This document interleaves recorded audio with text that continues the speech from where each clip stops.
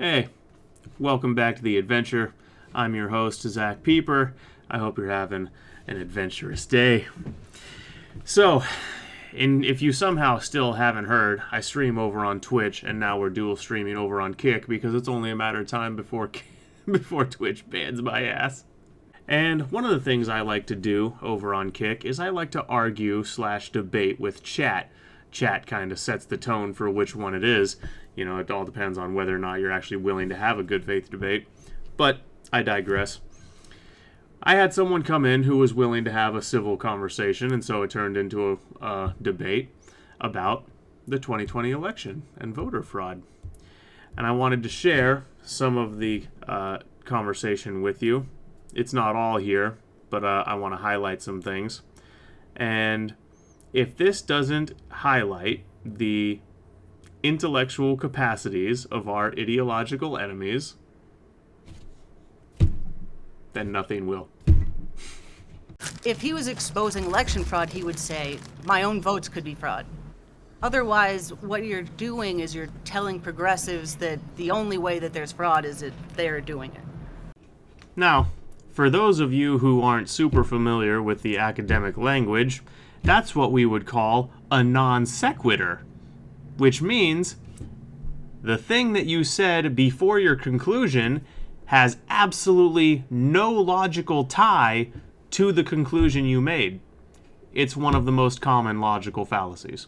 I've never heard him say that voter fraud never happens for someone on the right. His slogan is "Stop the Steal." It's his slogan. It's Okay. not saying. I'm not arguing that. Okay, because that's just a big problem with now talking to progressives, because I believe in election fraud, and I'm a progressive, and I can't talk to any progressives because the only way there's election fraud is if they did it. Stop the steal. If you start talking to them about methods that could mass rig an election, they think you're Team Trump. So, here we have another non sequitur, and we also have projection. She is projecting the mob mentality and the Trump derangement syndrome that the left has created amongst themselves onto Trump. Oh, he's saying this, so this makes my crowd, this makes my side of the fence do this. Take some personal responsibility. You people whipped yourselves into the Trump derangement syndrome frenzy. You people are the ones that use groupthink. You are the ones who refuse to have any dissent in opinion or discussion among your ranks. The right didn't do that. Stop projecting. Iowa County Supervisor's wife charged with voter fraud scheme to aid her husband. I wanted to show you that clip because this is the story, the news story, that this individual used to claim that voter fraud was happening on the right. And I wanted to show you because it's relevant to a part of the argument that we get to later. So just remember that the person I'm arguing with cited a verified case of voter fraud where the whole thing was discovered because one voter tried to vote and found they couldn't, and so their ballot was audited by the county auditor. So remember that an audit of an individual vote led to this whole election fraud scheme being uncovered. It's important for later. Just look at her method. So if you could apply this, like we could agree that American-generated fraud happens every election on both sides. It's not enough to rig a national election. Another non sequitur claim with absolutely zero logic or evidence to support it. In fact, the number of non-voters in this country who legally can vote is more than enough to sway in a national election, especially when you take into account how the Electoral College works. It's a complete non sequitur argument. It makes no sense on its face. I'm just saying that Americans couldn't have rigged a national election. It would take a multi-pronged effort, a massive amount of funding, manpower.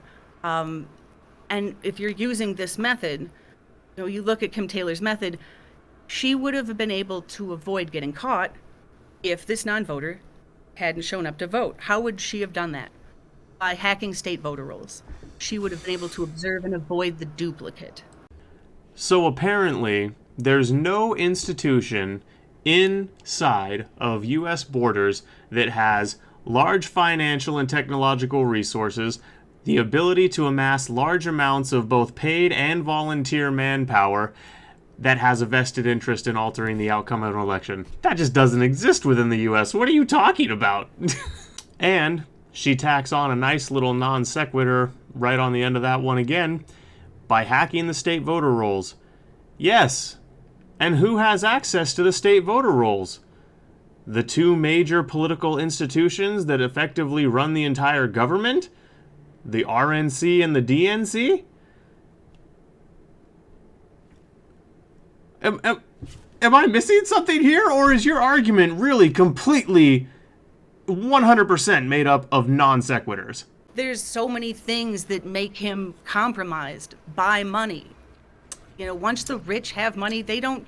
Do you have that same concern with all the other politicians in D.C., or do you only level that concern at Trump? What other politicians in D.C. have towers around the world with their names in gold on them? That's not what I asked. I asked, do you have the same... You can't name any off the top of your head, though, can you? No, because I don't think there are. But that's also not what I asked. I asked, do you have the same concern about politicians being influenced by big money when it's any politician, or are you just worried about Trump? I think that a lot of the times the donations, the lobbying efforts that are given to both sides paint them, almost intentionally are done to paint them as being takers from the establishment and sink their careers. Because really, donations are needed to run in this environment. We have a money-based environment. I'd give up my vote for that.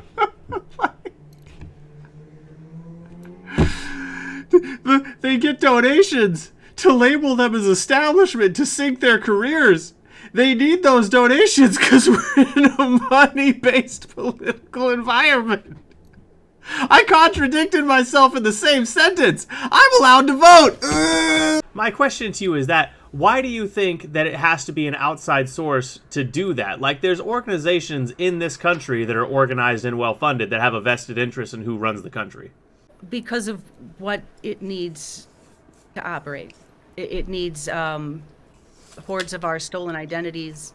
It needs tech, like military tech, that can hack state voter rolls. It needs the funding and manpower to operate on a multi-state level. You don't need to steal identities when you have access to the voter rolls. You don't need to worry about having access to military tech to hack into the voter rolls when you have access to the voter rolls. And again, who has more funding and manpower than the DNC or the RNC? Specifically the DNC, because, 2020 didn't exactly go the RNC's way. Or did it? Tinfoil hat. Now, you remember a little bit ago where I pointed out a section that I wanted you to remember for later? Here we are. What's the Right, process you're describing? If that method exists, you can see how that could just plant it, so that then you can hold it up and say, look, see, I'm vindicated. And you can frame your opposition like that. Well, yeah, but that's the purpose of a fucking investigation, to find out who the votes actually went to and who's funding it. You can't locate who the votes are coming from. You absolutely because they're can. Real people. They're real people, and the audit process won't allow you to question a voter on their vote, on who they voted for. You can't look that.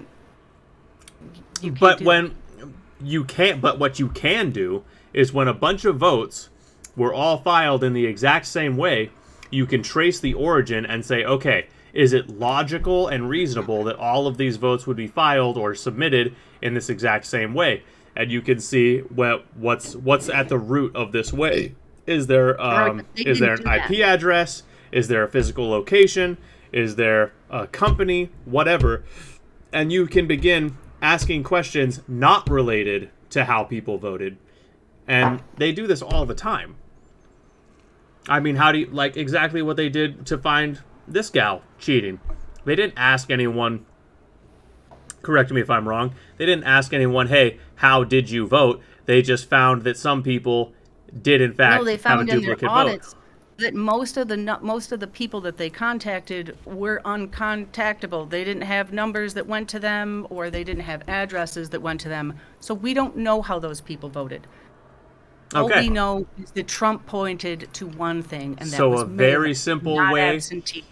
So a very simple way to check whether or not a vote is legitimate is to just verify the information associated with the vote. So, okay, so No. let me ask you this. Can you agree with this?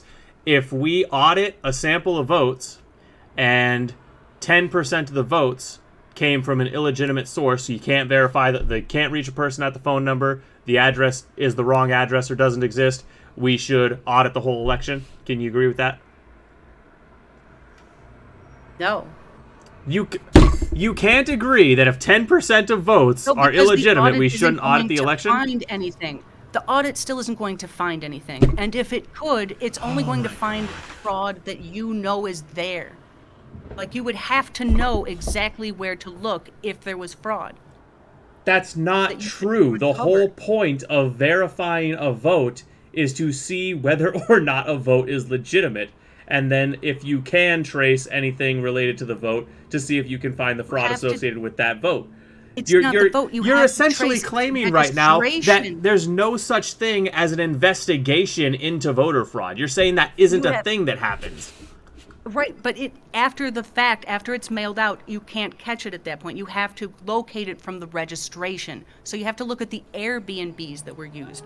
You have to look at the third party that was used. Yeah, and we can where- absolutely do that. So why shouldn't we do that? Why shouldn't we do that? When you ask Dems, it's because the only way that that's rigged is stop the steal. If there's rigging, then... I'm not asking Dems. I'm asking you because you just said that we shouldn't audit an election if we find a certain amount of votes that are fraudulent. How many votes Audit have to be Airbnb. fraudulent? We have to change the audit process. You can't find the Airbnb that needs to be audited if you don't first audit the votes. You have to audit the registration. You can't wipe the rolls. The evidence is still on the rolls. GOP is rushing in and wiping them to delete evidence. That's where everything stems from, is registration. Because if you have false registration, then you've got a false ballot. You can't just go after the ballot next to all the ones that could be legit. You can't say that all voter fraud comes from registrations. When Steven Crowder did on-the-ground investigation, took a random sample of ballots from Nevada and sent his cronies out to go see if the fucking votes were legitimate, and half the fucking votes that he randomly sampled from Nevada didn't even have addresses that existed associated with them. Do not fucking tell me that you cannot audit votes. It's very simple to audit a vote to find out if an individual vote was legitimate. And if an individual You have to vote audit is legitimate, registration. I'm not With saying this don't audit. fraud. I am not saying don't audit registration. I'm saying audit the vote, and then when you find the votes that are illegitimate, that points you in the direction of the greater problem. There is a chain No, of because investigation that happens. As we already Vote, agreed, the votes that you find could have been planted to frame the opposition, which is why you have to start at registration, or it's not going to be a good. It could. You set do up not your start at opposition. no. I'm sorry. Your logic is wrong. You're just not thinking about it properly. Like, I agree that votes can go to either side, and I agree that voter rolls should be cleaned too. But to say, oh, if there's a shit ton of fraudulent votes, just ignore the votes and look entirely at the registration, that makes no sense. Sometimes people forget to vote. Sometimes people vote 3, 4, and 5 times. Sometimes people vote when they're dead. An individual vote being fraudulent is absolutely an issue. And saying we shouldn't address that issue because there's a problem somewhere else makes no fucking sense. Furthermore, there's great ways to attack the issue of the voter rolls right now. How about a new federal policy that says every time someone's ID is renewed, their voter registration gets renewed? Voter ID is linked to a picture of you, your signature, and your contact information. It would get dead people off the rolls. It would get illegal immigrants off the rolls. It would get anyone who moved to a different state off of the state that they left's rolls. It would basically solve the voter roll issue. Hey, every time your ID renews, it automatically renews your voter registration and connects all the relevant information from your ID to your registration. Why not that? The left. Credit for that idea to my brilliant wife, by the way. Thank you, Caitlin. That's about what I have for you today. We have a lot of these kind of things happen over on the Twitch, because Twitch is a cesspool of Marxists and liberal progressives who think they're intelligent, but they're not, who think they have good ideas, but they don't, who think they know what they're talking about, but they don't, who think they have a good understanding of how to make a logical argument, but they don't. Come join the adventure. See you next time.